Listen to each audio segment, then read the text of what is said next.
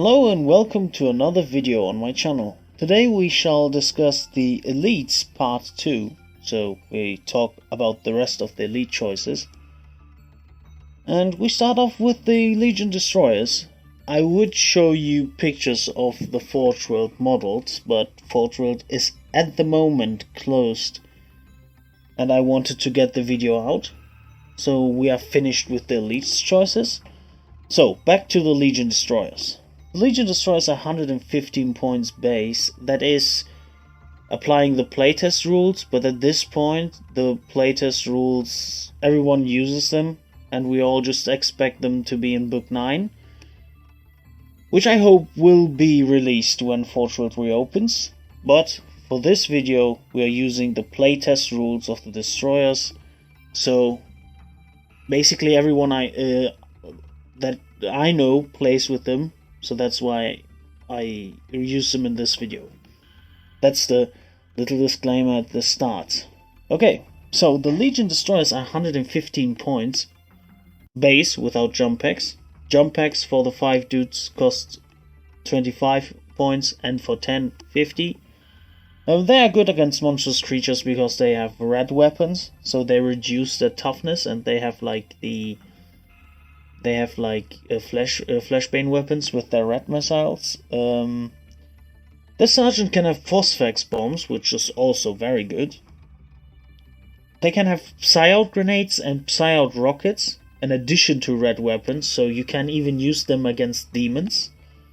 And they're overall they're like a cool unit to have. They have like 2 pistols, so they get the gunslinger rule. Every model that has 2 pistols automatically gets the gunslinger rule. I think they also come with combat weapons, so they're not that bad. They basically have the profile of the Space Marine veteran we talked about, without being a Space Marine veteran. Obviously, they are the Destroyers. You can... What I've thought of is like bring them in with a siege drill, or you drop them in if you give them jump packs, because then they can deep strike. But anyway, they're a good unit, but they can't be used by salamanders because of the Vulcan does not like to use radiation on people. He rather burns them to a crisp, because that's more humane. So then we are talking about another Dreadnought, which is the Legion Dreadnought. It's 125 points. Yeah, that is the classic Ferrum Dreadnought that you know and love from 40k. For me, it's the most grimdark unit in 40k, and it's one of my favorite models. So, it's versatile like the Contemptor. It doesn't have fleet, but it's still versatile. It's cheap. It's like 50 points cheaper than a Contemptor Dreadnought. And it's just a little less tanky, but it has weapon skill 5, so that's good. Also, it can have normal drop pods as a dedicated transport, so you don't need a Charybdis or a Anvilus or a Dreadnought drop pod. You can just go to the local GW store or the friendly local gaming store and pick up a drop pod, and you are set. You can shock them in. Obviously, they are very underused in heresy armies, and if you use one in your army, I have one for my Iron Warriors here which needs painting, then you are a true man of culture, I would say. And also, they can be absolute beasts in Zone Mortalis when you give them the Inferno Cannon. Basically, as the Contemptor Dreadnought has a Mortis version, so does the Legion Dreadnought have a Mortis version. It's basically the same. Ballistic skill 5, can have very samey weapons, can't have assault cannons, but it's not that bad. because it can have anything else, like rocket launchers. So if a Contemptor Dreadnought could have rocket launchers, the Mortis Contemptor, I would use rocket launchers instead of Keras assault cannons, I think. Then you have the Rapier Battery. The Rapier Battery is a decent support weapon. It's very versatile. It has good anti-tank firepower, but it's mobile, so it has the artillery rules. So you can move and fire, but you wouldn't do that with rapiers anyway. But basically, you can have the quad heavy bolter, which is like 2 twin-linked heavy bolters, 6 shots. It's okay. So you can have 18 shots if you bring 3 quad heavy bolters that are twin-linked, which are very good. Usually Imperial Fists use those, the quad heavy bolters. Then you can have the Laser Destroyer Array, which is also a very good weapon. It's, I think, Strength 9, AP 1. And 2 shots or 1 shot? I think it's 1 shot. Yeah, it's 1 shot. But Strength 9, AP 1, 55 points for the one Laser Destroyer. So the base rapier is 40 and 15 plus for the rapier for the Laser Destroyer. It's alright, it's good. Anti-tank, and it's on a cool model. I like the rapier quite a lot. I have 3 quad launchers for my Iron Warriors. Then you have the Graph Cannon, which is 35 points. I mean, you could use the Graph Rapier to slow the advance of certain units, because after they shoot, they actually leave a template on the ground that is difficult terrain. So if your enemy has a Spartan assault tank which has no dozer blades, could be kinda sad if you shoot 3 templates at it and then it's stuck in difficult terrain. Also, it's a haywire hit. So at a 2+ you get a glance, on a 6 you get a pen, but you want to have the glances anyway.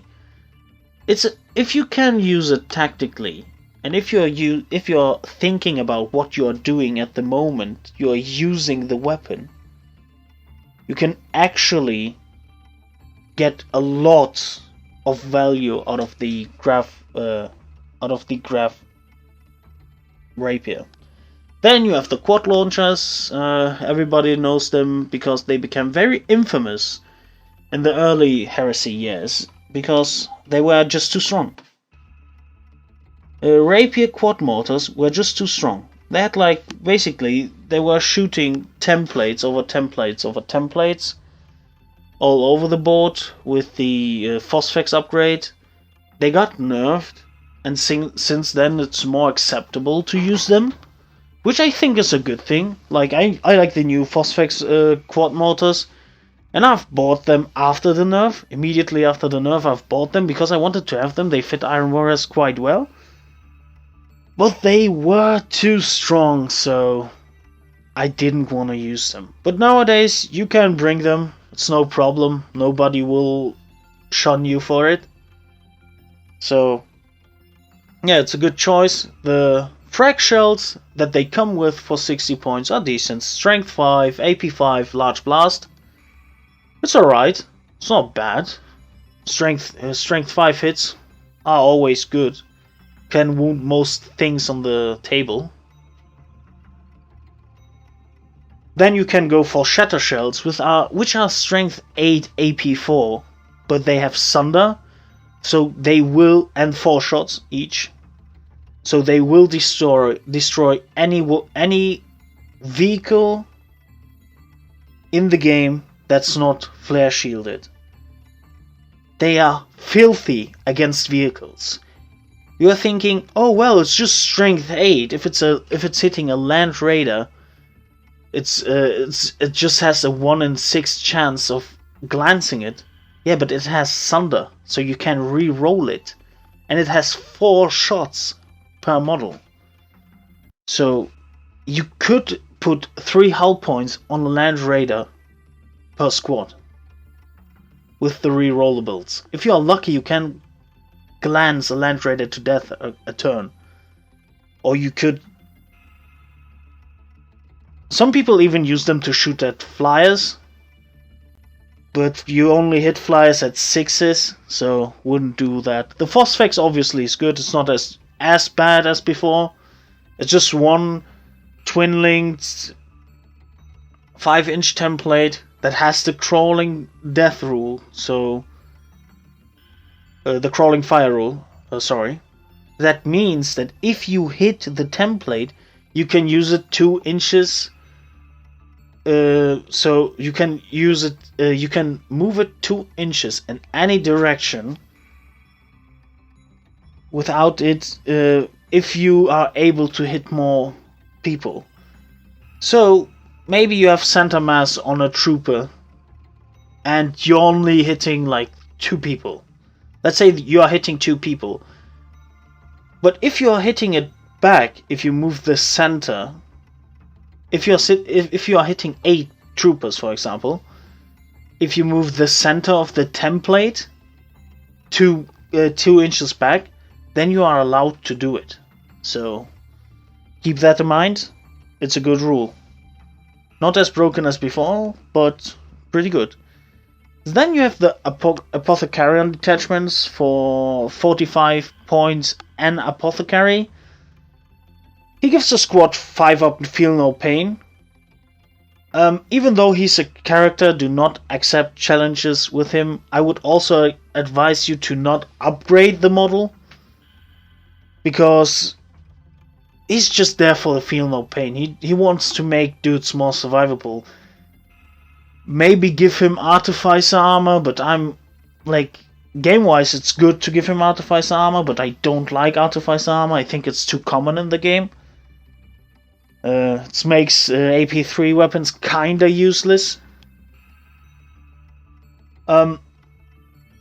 He works well with melee squads, or he works well with big blobs of units that you don't have a transport for. Makes them a little more survivable. But usually what I've seen is like putting apothecaries in assault squads. Or, well, I've never seen someone play a despoiler squad, but I guess if you have a despoiler squad, you could also put in a apothecary to make them more survivable. But if you wanna hold an objective with a 20-man tactical squad or a 50-man tactical squad that you are not intending to drive around the field, then you can put an apothecary there and make them more survivable. It generally helps a lot. Then you have the Tech Marine Covenant for 35 points per Tech Marine.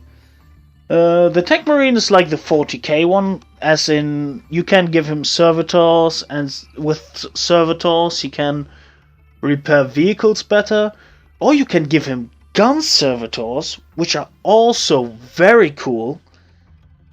You can give them like multi-melters, I think last cannon, no last cannons, multi-melters, plasma cannons, and excuse me, and rocket launchers. And the rocket launchers can have rat missiles, so very good against high toughness targets, because rat phage reduces the target's toughness. So there's 2 uses for the Tech Marine. Basically you can have him with his servitors running around, or not running around, repairing your vehicles that are stuck or in your deployment zone. So you can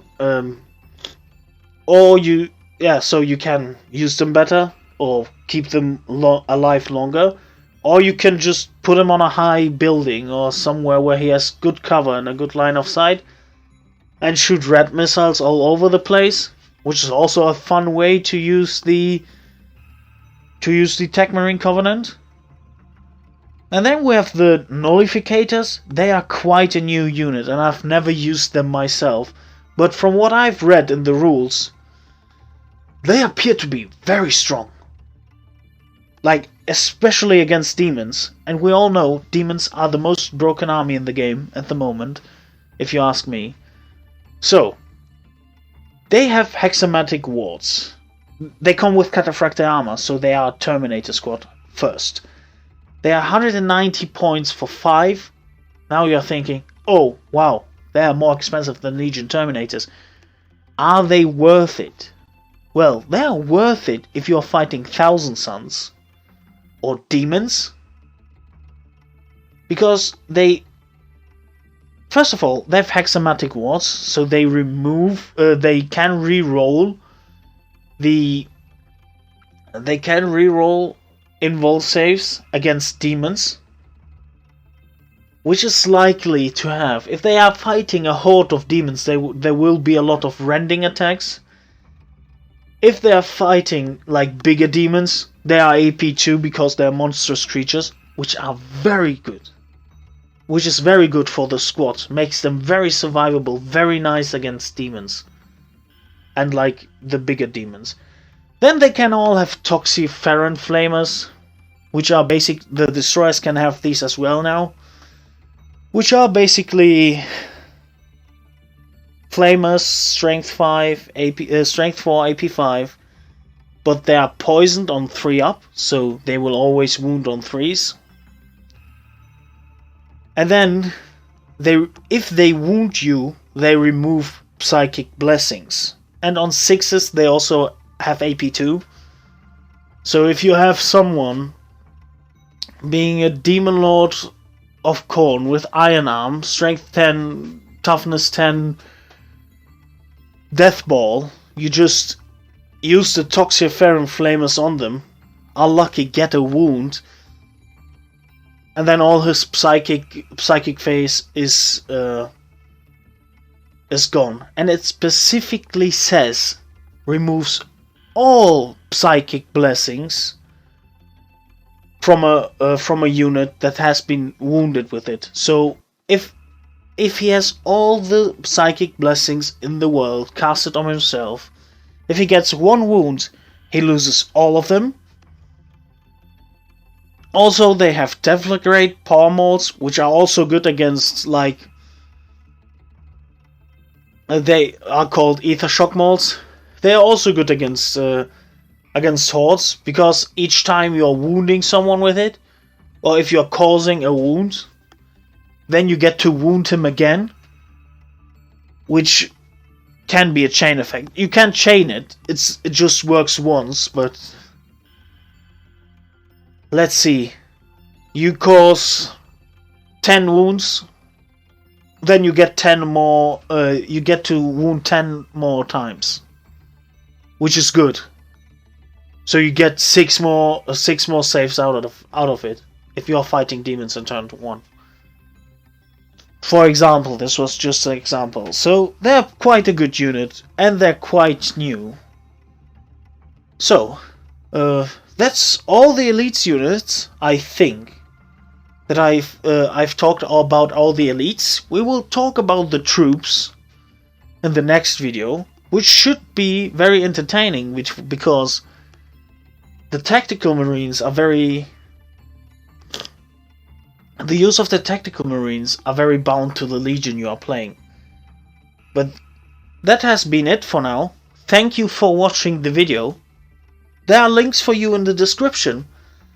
Like, comment and subscribe, and share the video if you've liked it, or think a friend could use this video to help him build his heresy army. I thank you a lot, and I wish you all a good time. Stay healthy.